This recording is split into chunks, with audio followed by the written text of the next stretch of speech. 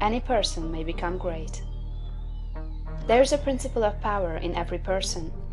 By the intelligent use and direction of this principle, man can develop his own mental faculties. Man has an inherent power by which he may grow in whatsoever direction he pleases, and there does not appear to be any limit to the possibilities of his growth. No man has yet become so great in any faculty but that it is possible for someone else to become greater.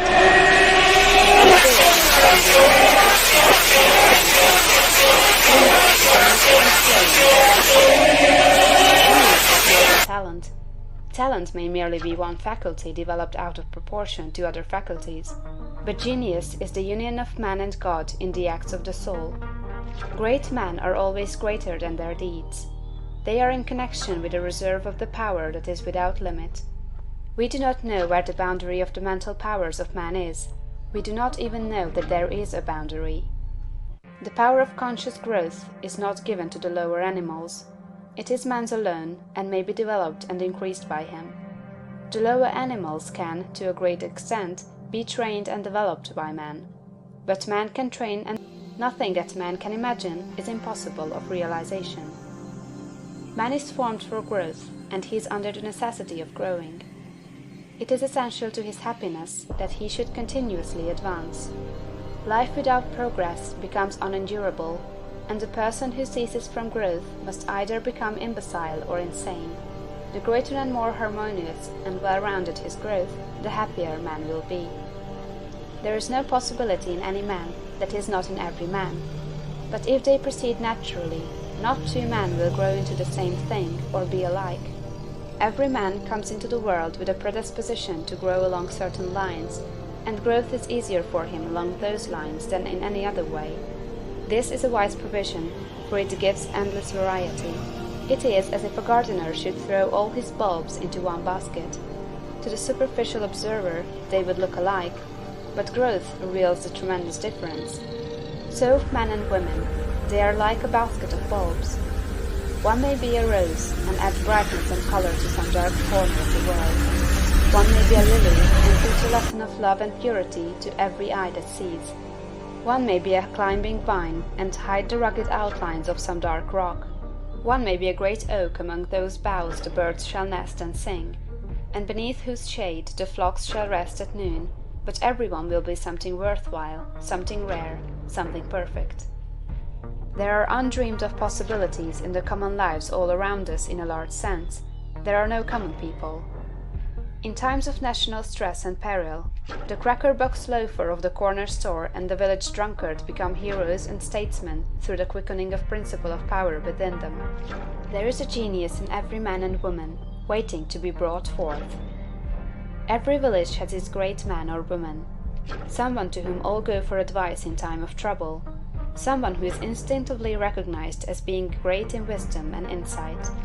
To such a one, the minds of the whole community turn in times of local crisis. He is tacitly recognized as being great. He does small things in a great way. He could do great things as well, if he did but undertake them. So can any man. So can you. The principle of power gives us just what we ask of it. If we only undertake little things, it only gives us power for little things. But if we try to do great things in a great way, it gives us all the power there is. But beware of undertaking great things in a small way. Of that we shall speak farther on. There are two mental attitudes a man may take. One makes him like a football. It has resilience and reacts strongly when force is applied to it, but it originates nothing. It never acts of itself. There is no power within it. Men of this type are controlled by circumstances and environment. Their destinies are decided by things external to themselves. The principle of power within them is never really active at all. They never speak or act from within. The other attitude makes man like a flowing spring. Power comes out from the center of him. He has within him a well of water springing up into everlasting life. He radiates force, highest felt by his environment. The principle of power in him is in constant action. He is self-active. He hath life in himself. No greater good can come to any man or woman than to become self-active. All the experiences of life are designed by Providence to force men and women into self-activity, to compel them to cease being creatures of circumstances and master their environment. In his lowest stage, man is the child of chance and circumstance and the slave of fear. His acts are all reactions resulting from the impingement upon him of forces in his environment. He acts only as he is acted upon, he originates nothing. But the lowest savage has within him a principle of power sufficient to master all that he fears; and if he learns this and becomes self-active, he becomes as one of the gods. The awakening of the principle of power in man is the real conversion, the passing from death to life. It is when the dead hear the voice of the Son of Man, and come forth and live. It is the resurrection and the life. When it is awakened, man becomes a son of the highest, and all power is given to him in heaven and on earth. Nothing was ever in any man that is not in you. No man ever made more spiritual or mental power than you can attain, or did greater things than you can accomplish.